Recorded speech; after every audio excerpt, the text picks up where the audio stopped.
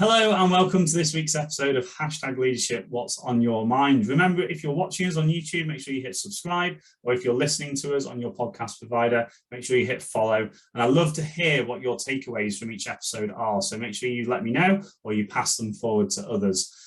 Today we're speaking to Jonathan. How are you doing, Jonathan? You okay? Hello, Stuart. How are you?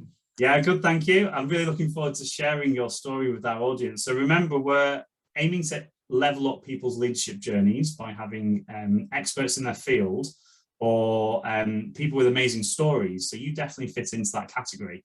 So Jonathan, as I hit the 20-minute timer, for the people who don't know you, just introduce yourself, let us know who you are, where you are and what you do. Oh, hi. So thanks very much, Stuart. So my name's Jonathan Quinn. Probably describe myself as a CEO of a number of businesses, an inventorpreneur, which is an inventor stroke entrepreneur. And so from Liverpool originally, live over on the Wirral now, pretty much worked on the Wirral for probably the last 25 years in different capacities. I started my working life as a welder over in Liverpool Dock Road. From welding, went to pipe work, went to mechanical engineering, then went on to chemical process engineering and building chemical plants all over the world. And then somebody taught me into starting up my own business about 14, 15 years ago. Excellent. And the rest is history. The rest is history. Fantastic. So we'll dig into that a little bit more, but just to start the first couple of questions that we ask everybody, obviously we're #leadership, what's on your mind? What comes to your mind when you hear or see the word leadership? So leadership on sort of my take on things. So a lot of my background is sort of engineering, problem solving, taking something from the very, very start and then actually making it into something. So on the leadership side, we have our businesses are based in and around environmental impact and also social impact. So on the leadership side of people sort of I aspire to be to or to be very, very much like are probably leaders within our own community first, and then obviously you've got famous people, but people that I see where I think they've made a complete and utter difference, whether that be within an environmental impact or whether that be on a social side of things. But the people that sort of I admire the most and on the leadership side will be people that have been inside a community and they've taken either someone young and then they've built them into starting up their own business or into things like job employment. So we run something called Merseyside Community Training, which is a social enterprise, and probably the best leader I know, there's a woman called Sandra Kirkham. She used to run Progress to Excellence group, which train people, getting them into work or from disadvantaged backgrounds and then changing their lives and bringing them forward. So for me, within leadership is getting either someone or something and then progressing it quite quickly and turning it into, whether you want to call it a product or whether you want to be a person, which is much better than when they started their original journey. Yeah, I love that. A great way of putting it. And you just made me think about one of the things that we're doing a lot of work on at the minute about, do people see themselves as leaders? Because it was interesting to pick up then that you were very sort of, you already looked at other people straight away and do you see yourself as a leader? I'd probably think not, but other people probably say I am. So yeah, it's interesting, isn't it? Yeah, and it's probably different styles as well, because if I relate it back to when I was serving my apprenticeship, let's say, nobody used the term sort of leadership back then, which is sort of 25 years ago. You had sort of, let's say I was a pipe fitter, and then you had a foreman. So the foreman might be in charge of 8 or 10 people within the construction industry. And then you had the boss of the company. So it was always related to sort of boss, foreman, who was in charge of people. And nowadays, I think what leadership has brought out is these key people that are there to develop people that whether you want to call it under them. So I don't really, so even though I've got a number of businesses and I'm the CEO of a number of them businesses, I don't actually, nobody works for me. We've got a number of people globally. So we operate on the Wirral, we operate over in Switzerland now, Dubai, Delhi, Singapore. but all these people work with us. So it's not, so my style is more, I've never gone, you must do this or you must do that. It's a case of developing and building your team that everyone's working in sync. So I probably would be classed as a leader, but I probably wouldn't put myself down to it. And I think the bit we've been most proud of over the last 12 months, we started this thing, I think it's on one of the Wirral Youth Hub, so for Department for Work and Pensions, inside the building we're in, which is the Environmental Innovation Centre, which is just down by Camel Aids over in Birkenhead, as we set up a programme for getting people back into work. But not only that, we set up the Young Entrepreneurs Programme. So first 6 months we've been doing that since the start of this year. We took 11 individuals. They wanted to set up their own business. So we put them with a mentor. So I've got 3 people that I'm working with to develop them. So the first 6 months is paid for on a Kickstart program, and then day 1, month 7, they actually start their own business. So the government fund 25 hours a week for the first 6 months, and then we work with them as mentors. So we've got 5 or 6 mentors working with them, 11 people, and then we're just doing another cohort at the moment. But to see, I would say the most beneficial part of that's been, these are a lot of young people, 16 to 24, that have been sitting in a dark room for the last 18 months while COVID's been on. Confidence is completely out of the window. No self-belief in their own ability. And then when you see them progress over them 6 months, the output is just so rewarding, that the destination that they've ended up in. I'm working alongside them, and the quite simple things to us, because obviously I've been in business 14 years. I've had fires within a business. I've had business partners die. I've had everyone only thinks of the nice things that happen, but all these difficulties that you've been through, you can pass that experience on to somebody else. Yeah, and again, I know we're sort of like almost embedding a label of leadership there, but what you've just said then underpins a lot of what people would say the definitions of leadership. And I don't like to go to set definition. I love every single guest's different take on it, and that's why we ask it, because everybody's different. So just staying with you quickly for the last question, is whether it was a light bulb moment at the time, or whether it was on reflection now that we're talking about it, where do you think your leadership journey started? It always makes me laugh how far back people go on this. Oh gosh, it's quite funny, because so when I started my apprenticeship, I was the apprentice. So for the first 12 months, I was making 100 cups of tea a week. I was cleaning the toilets out. I wasn't allowed a grinder or a welder for the first 12 months, and then within 4 years, I was probably running sort of shutdowns with maybe 60, 70, 80 people on a chemical site. So mechanical engineers, electrical engineers, and then going on to sort of a construction manager. So I think that leadership role was built in work, but also I'd done the best foundation I had to do with leadership was built probably when I was 14, 15, 16, doing my Duke of Edinburgh.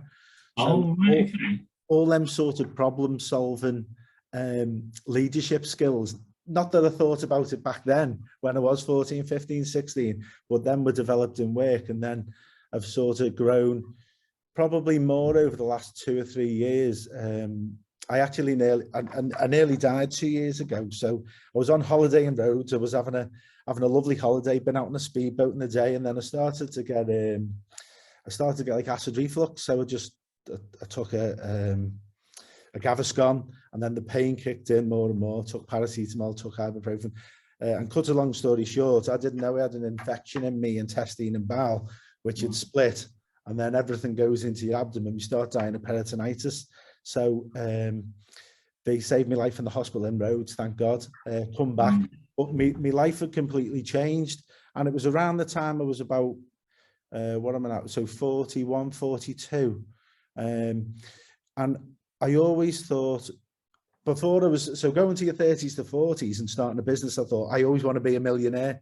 And then when you get to sort of 40 and you're still not a millionaire, what you do is you start doubting your sort of, oh, well, I'm 40 now and I might be halfway through my life. But when I had that moment where I nearly died, it completely changed my outlook on life, where I was doing a lot of environmental stuff anyway. but the social side kicked back in again too, going back to like sort of the youth club days. We've done a mandatory back to work training program, getting people into work. So I think my leadership skills have completely changed since that moment, where I thought I need to have a if you want to call it a legacy, where how many people can I help, or how much of the environment can I help, whether it be locally, nationally or internationally. So I'm seeing the thing I love the most is actually developing them young people, or not so much maybe in their own business. It could be people come in and they don't actually know what they want to do. And I mean, I still don't know what I want to do and I'm 44, but is getting them in a place where they're in a job that they actually love and they get up every morning, and seeing that change within them young people. And know you might help, even if you help one person, or you might help 10 people, it might help 100 people. The reward is unbelievable inside. So I think my leadership skills over the last 2 years, since that experience, have completely changed my life. I mean, my life's completely different now anyway. Amazing. That's really inspiring. And kind of one of the things I picked up on when I'd done a little bit of research, I don't do too much, but obviously I got introduced, I forgot to say at the start, obviously you sponsor one of my son's football teams, and I saw and looked into it. I thought, oh, well, this guy sounds really interesting. And obviously I looked at some of the stuff. I thought, definitely somebody I need to have a conversation with. But you talk a lot about where you've got to in your journey is about problem solving. So I've got almost like quite a complex question. So problem solving and what you were doing is quite obviously your skill set. And obviously you must be, from what I know, very good at problem solving. What's been your experience about bringing other people into your vision and getting everybody aligned on the same page, if you like? Because obviously business owners are very kind of, this is my vision for the future. How have you dealt with bringing other people in? I know you've already spoken about collaboration, and when you're not working for me, you're working with me. But how's that developed over? Has it just been really easy to do, or what are some of the skills that you've used to make that happen? It's normally, so it's funny how you can relate a product to a person as well. How there's sort of, in my mind, the two very, very similar things. So I'll be, let's say for instance, I've gone to a networking event, or I've gone to it could be something socially, or it could be something with business, and I'll bump into someone and I'll have a conversation with them, and first of all I'll really like the person, and then I'll think I could work with that person. But at this point in time, when I've met them, or I've got to know them over a number of months or whatever, is they're not sort of in my field of expertise, but then there'll be a sort of a light bulb moment, maybe 6 months after, 12 months after, where to go, do you know what, that person that I met then and the skills that they've got will go perfect within one of our businesses. And it's the same with, it's exactly the same thing with a product. So I'll be out and about, let's say I went into a high street coffee store, it's about 2 years back now, and I asked for the latte, and the woman went to make it, and she used this horrible dirty coffee cloth to wipe the steam one. And I thought, that's not right. So I asked her, well, what are you doing? She said, oh, I'm cleaning the steam on. I said, well, you're not cleaning anything with that cloth. It was disgusting. So as I walked away, we use ultrasonics within one of our technologies to take metals off things, because it does it extremely quickly. And I know they have watch cleaners which use water and ultrasonics to clean the watches. So as I walked away sort of with the cup, I thought, I wonder whether anyone's ever made a portable one. So I went away and we actually designed a portable ultrasonic cleaner, and then we're currently looking for investment and going to market on that. Matter of fact, I've got it here. So so basically you put the steam on in it, put the ultrasonics and the water on, it cleans the steam on, but no one's had any physical contact with it, so no bacteria can pass from one to the other. So in my, so if you want to call it fuzzy mind or inventor mind, is I'll spot an opportunity, whether that be with a person or a future product, or it could be a waste stream, and then develop that over time and implement it. Yeah, that's amazing. I was going to ask you to give us an example of what sort of things you've been involved with, and that's a prime example. I think I've heard you talk about that one before, but that's amazing that that's at that level, and everything takes time, doesn't it? And everything takes time to develop a relationship with people. and products. I love that relationship. You're so right with people and products being quite unique. So I like that. So we've got 5 minutes. Tell us a little bit about how your business is set up regards like people, like how many people are within your businesses, if you like. So there's around about 40 in total. So that's spread out between, so we've got a metals recovery technology, which is Smart Creative Technologies, that does takes waste electronics and then turns that into metals. So things like base metals and precious metals. I mean, you're probably more familiar with things like aluminium, tin, platinum, palladium, rhodium, gold and stuff. And then we make giant concrete Lego blocks out of recycled materials. And that was an opportunity which grew from, I needed to get rid of a waste from one business. So we actually set up another business to deal with the waste. And then that snowballed into something else. We've got a paint waste technology business. So in them, there's about 5 or 6 people working for Smart Creative. There's about 4 or 5 working for the giant concrete recycled blocks. Merseyside Community Training, which is the one that gets people into work and the young entrepreneurs, there's about 8 people. And then because what we do is we invent the technologies on the technology side, and then we sort of franchise it a bit like, if you want to say McDonald's or Costa Coffee. We'll license that then to someone in Dubai or someone in Singapore or someone in Malaysia, and then we'll just send them the piece of kit, and then they use it on their waste locally rather than having to ship stuff all over the world. Amazing. I love that. And we're going to have good conversations after this, by the way. I'm coming down to see you. A lot of our audience are at lots of different levels of their leadership journey. So what sort of advice would you give to people to level up their leadership from your experiences, and what's not worked, what has worked, and anything to add to that?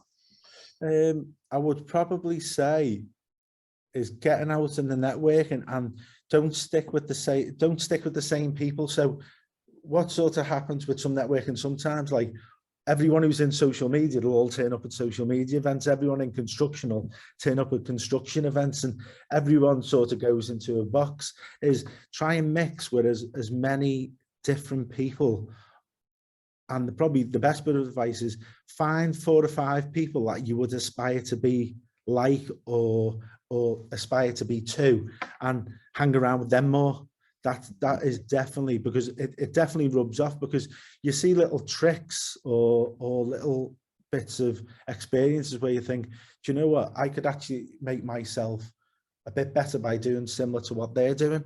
And that's not sort of copying someone. I think that's something that should be admired. And do you know what?